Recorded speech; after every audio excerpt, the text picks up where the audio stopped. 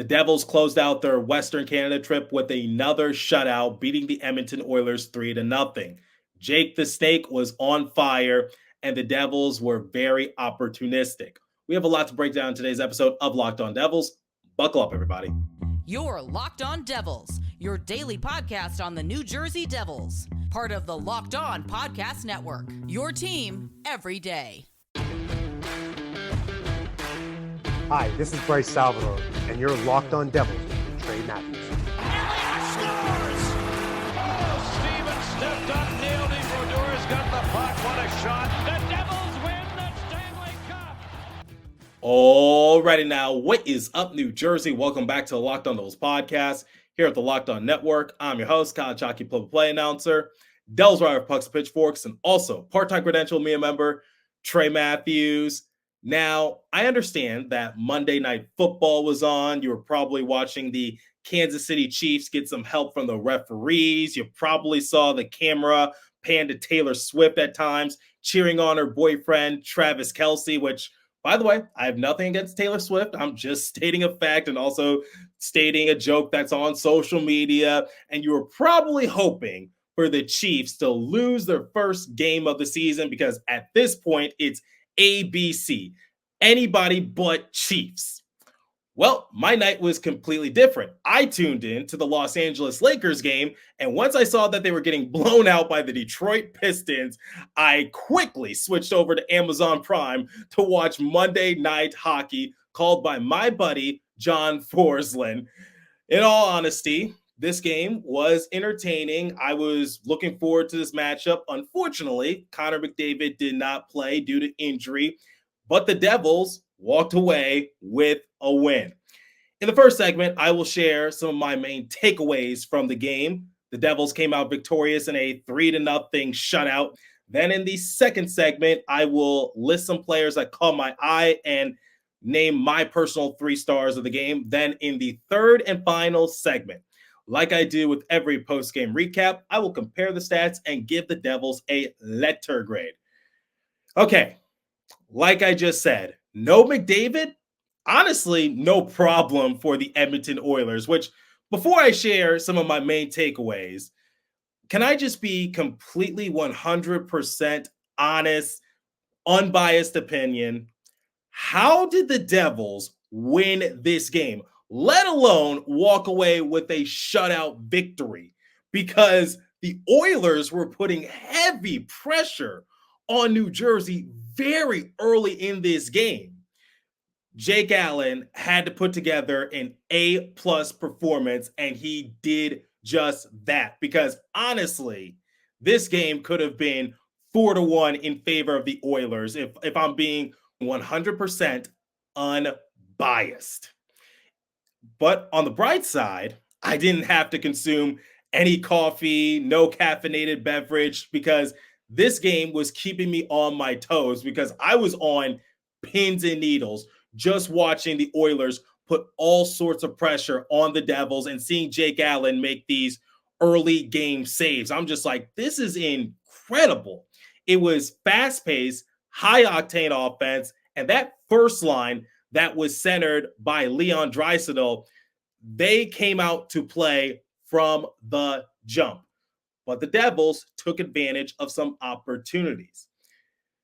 But I got to give credit where credit is due. The Oilers, despite not having their best player a part of this game, they still played with a sense of urgency. And God forbid, if the Devils are ever in that similar situation, I hope they can play like that. Like if Jack Hughes misses time due to injury or Nico Hischier misses time due to injury, I want the Devils to play that aggressive, that determined, that hungry. It was a good outing for the Oilers. I know they got shut out, but I got to give them their roses. Forechecking was really good, and I saw players like Adam Henrique and Zach Hyman create good looks for themselves. Unfortunately, sometimes it just didn't go their way. Like Henrique got stymied by Allen at one point, and Hyman just whipped a puck wide on Allen. I'm just like, oh, this is going to be an easy goal for Hyman. I'm just like, whoa. That shot went horribly awry. But the main star of this game is Jake Allen, because, like I said, he set the tone for the Devils early, and we haven't seen Jake Allen for about 10 days. And the fact that he came out with this sort of outing, it was very impressive. And the Devils should be sending thank you cards to Allen, because I posted the deserve to win meter at the conclusion of the second period, and it fell heavily into the favor of the Oilers. Like I said, this game should have been 4-1, 5-1 in favor of the Oilers. And this goes back to what I said in a recent episode. Like, I know the numbers say that the Devils have mediocre or below mediocre goaltending, but for some reason, something is passing the eye test for me, because yeah, I know sometimes Allen and Markstrom can let up a few soft goals here or there, but they've actually impressed me. And those two have combined for 3 shutouts. And remember, the Devils only had 1 shutout last season. I was just saying, do not waste this good outing from Allen. Do not fail your goalie. I said that in the prior episode, and I've been saying it in a lot of other episodes, which is the Devils cannot fail their goalies in this case. Now, going back to the Oilers and what I noticed in this game, yes, they put heavy pressure on the Devils in the first and second period, and they were playing with great speed. But they ran out of gas in the third period. They just did not have that same energy, and that was bound to happen. The Devils were playing at a fast-paced style play as well, because the Devils like to go off and running too. But for the Oilers, they pushed the envelope a little too hard. They were down 2-0 entering the final period of regulation, and they just had no answer. I think also the defense eased into the game, because once they saw Allen make those saves, I really saw some of the Devils blue liners step up their game as well. And they were making some crucial defensive efforts on the Oilers, and you have to do that. Their leading points getter currently is Leon Draisaitl, and I saw Jonas Siegenthaler play some excellent defense on him, or Luke Hughes. Once again, I know we think of him more as an offensive-minded player, but Luke Hughes played tremendous defense in this game. And the fact that he's adding that to his repertoire, I think you got to give more credit to Luke Hughes. All right, here's what head coach Sheldon Keefe had to say to the media post-game in regards to his team's effort and this overall victory. Just talked to Jake Allen, and I think he said it perfectly. The defense wasn't necessarily pretty, but it was definitely effective, picking up your second shutout in 3 games. Just talk about how crucial the defense was in picking up this win. Well, I mean, listen, we win on the backs of incredible goaltending. Jake gives us a chance to get going in the game, so that the credit goes to him certainly. But I thought we had a bit of a bend don't break type of mentality throughout.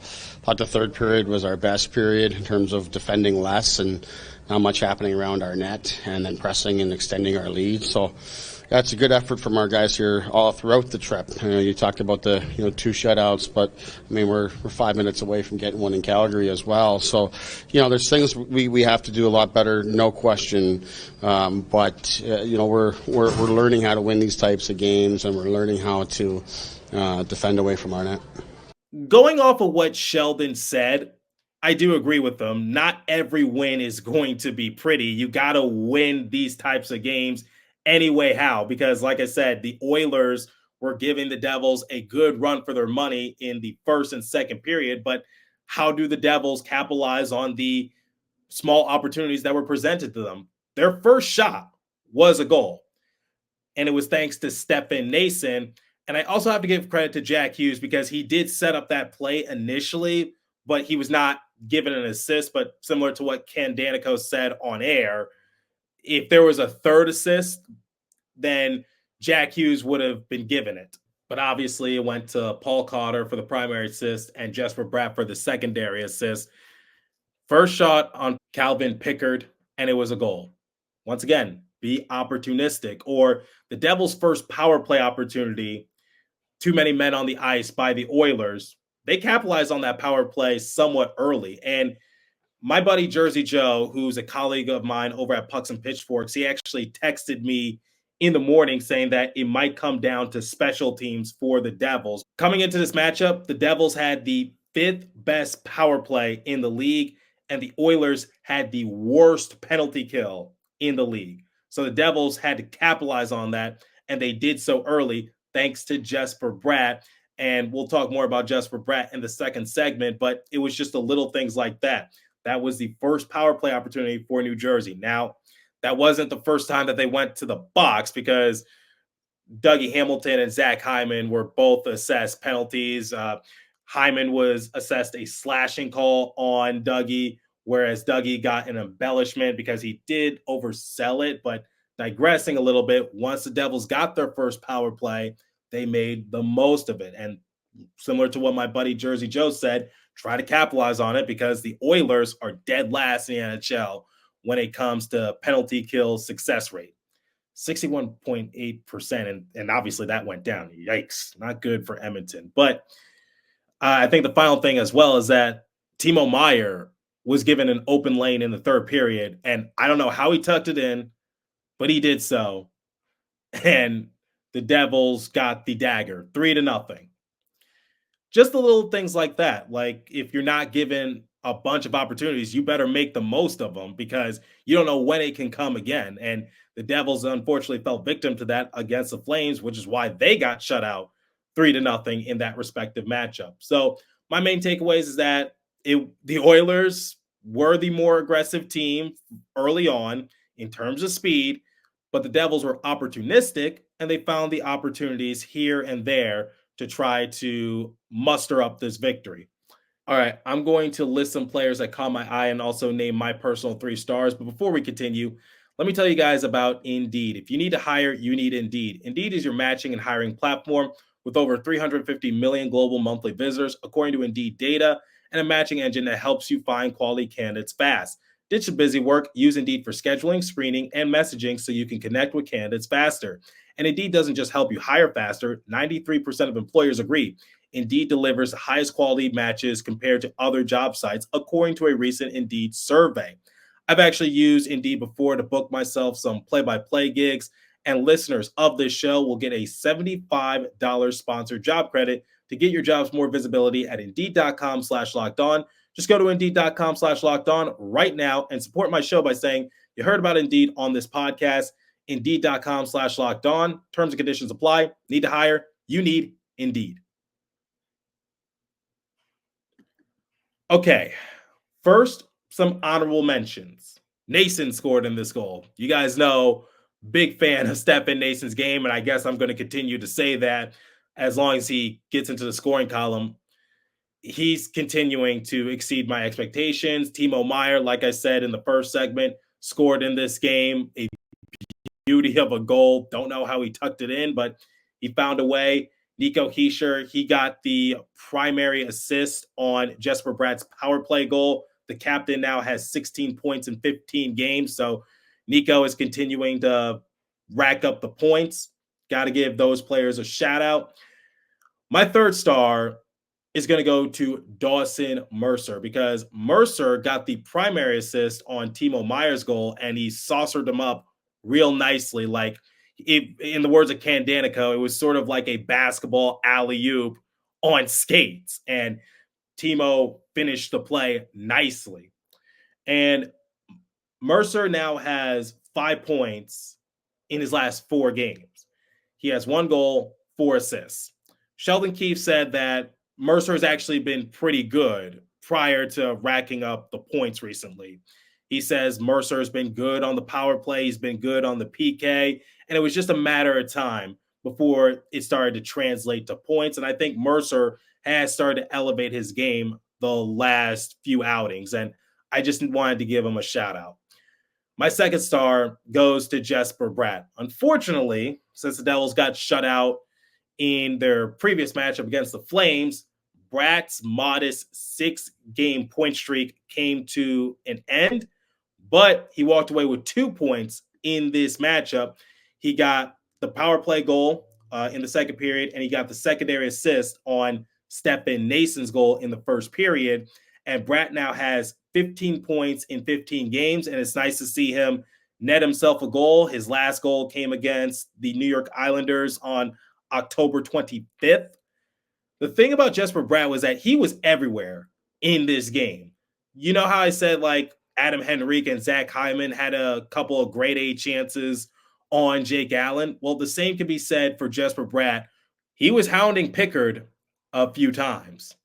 And I'm sure it was a little frustrating not finding the back of the net, but he was able to do so.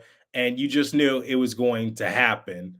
And my first star, it has to go to Jake Allen. No ands, ifs, or buts about it. He saw 31 shots and made all 31 saves. Like I said, the defense was solid as the game progressed, but Jake Allen was the person who really established this game early. Like, he was telling the Oilers, like, if you want to win this game, you're going to have to earn it.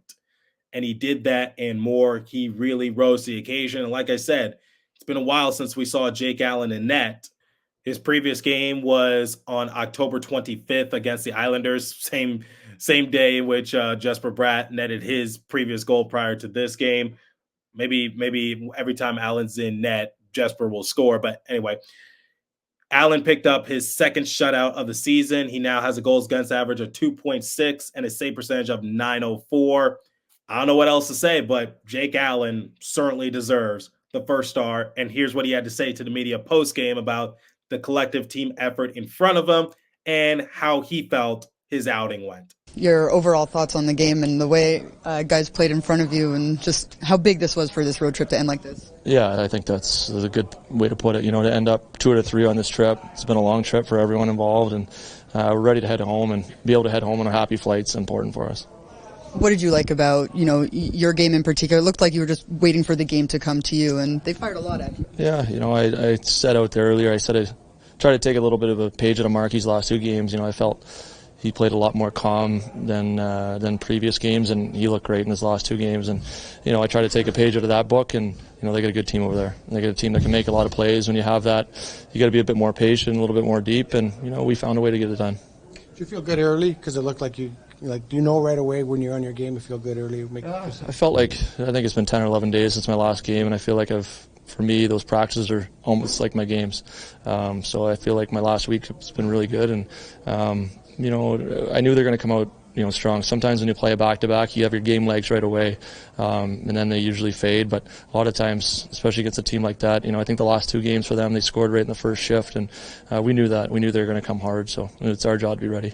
I was really nervous early on in the game, and I had the mindset like, oh boy, it's going to be one of those games for New Jersey. They're going to lose this matchup, but they were able to put their foot on the gas pedal as the game progressed, and they took advantage of some of those opportunities. All right, I'm going to compare stats, give the Devils a letter grade momentarily, but before we continue, let me tell you guys about FanDuel. Get ready to tackle the NFL action with FanDuel, America's #1 sportsbook, because right now, new customers can bet $5, get $150 in bonus bets if you win. The FanDuel Sportsbook app gives you everything you need to place live bets on the NFL all in one place. So when you get a hunch in the middle of the game, you can check out the latest stats, view live play-by-play, and so much more on the same page where you place your bets. Just visit FanDuel.com to join today. You'll get started with $150 in bonus bets if you win your first $5 bet. That's FanDuel.com. Never waste a hunch and make every moment more with FanDuel, an official sportsbook partner of the NFL. And now, let me tell you guys about Prize Picks. I've actually used Prize Picks quite frequently, especially during the basketball season. You can now win up to 100 times your money on Prize Picks with as little as 4 correct picks. Prize Picks is the only real money daily fantasy platform with an injury insurance policy, so your lineups stay in play even if one of your players gets injured. If your player leaves in the first half and doesn't return, Prize Picks keeps your lineup live. Prize Picks is the best place to get real money, sports action. Join over 10 million users and sign up today. Download the app today and use the code LOCKEDONNHL to get $50 instantly after you play your first $5 lineup. Once again, download the app today. Use the code LOCKEDONNHL to get $50 instantly after you play your first $5 lineup. Prize Picks. Run your game, and please remember to always gamble responsibly. Okay. Bill Spalding put this out on social media shortly after the game. The Devils allowed 3 total goals, including an empty netter, over the 3 games in Western Canada. 2 shutouts plus 54 plus shutout minutes versus Calgary. That is impressive. And I think we need to look at this in a different perspective because, like I said in the prior episode, I know a lot of people are concerned with the Devils because people think they're a little too inconsistent. And look, I do wish that the Devils would go on a 5-game winning streak similar to the Carolina Hurricanes, but I've been saying take your time when it comes to the Devils because they're still trying to figure everything out. And I would say that this Canada trip has been a success because similar to what Bill said, they got a shutout against the Vancouver Canucks. I said it in my post-game recap episode. I felt as though that was a perfect game by New Jersey through and through. Offense was good. Defense was good. Goaltending was good. Against the Calgary Flames, yes, they got shut out 3-0.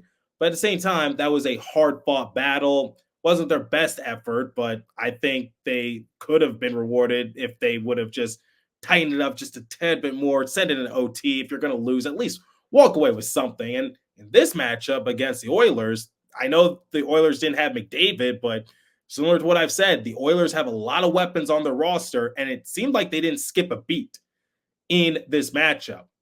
They walked away with a shutout, beating the Oilers 3-0. So they got 4 out of 6 potential points in Western Canada. I would say that's a success for New Jersey. And as a result, they've climbed up to first in the Metropolitan Division. Just some food for thought. All right. Let's compare the stats, give the Devils a letter grade, and get out of here. Shots on goal differential, 31-16 in favor of the Oilers. The Oilers had double the shots compared to New Jersey and still got shut out. Incredible. Power plays. Devils were 1 for 1. Thanks to Jesper Bratt. Oilers were 0 for 1. Hits 19-5 in favor of the Devils. At least the Devils were the more aggressive team in terms of physicality. Giveaways 19-12 in favor of the Oilers. Takeaways 7-5 in favor of the Oilers. Block shots 14-9 in favor of the Devils. Time spent in the penalty box 4 a pop between the Oilers and Devils. All right. If I have to give the Devils a letter grade, I'm going to give them a B+. And the reason I can't give them an A is because I felt like at times they left Jake Allen out to dry too often. And especially early on in the game, the Devils seemed to have trouble establishing offensive zone time. And their first shot on Pickard didn't occur until Stefan Nason got his 6th goal of the year. That's why I'm going to dock them just a few points, but a B+ is still very good. But let me know what you guys thought of this matchup and the Western Canada trip in general. Leave a comment down below if you're watching on YouTube. If you're listening on a podcast streaming service, hit me up on my personal X page app at TrainMatt4 or the show's X page app at Locked On Devils. As for today's episode, that's all the time I have for you. Continue to stay safe. Have a wonderful day, New Jersey. Go Devils. I'll catch you guys in the next episode. Thanks for listening once again.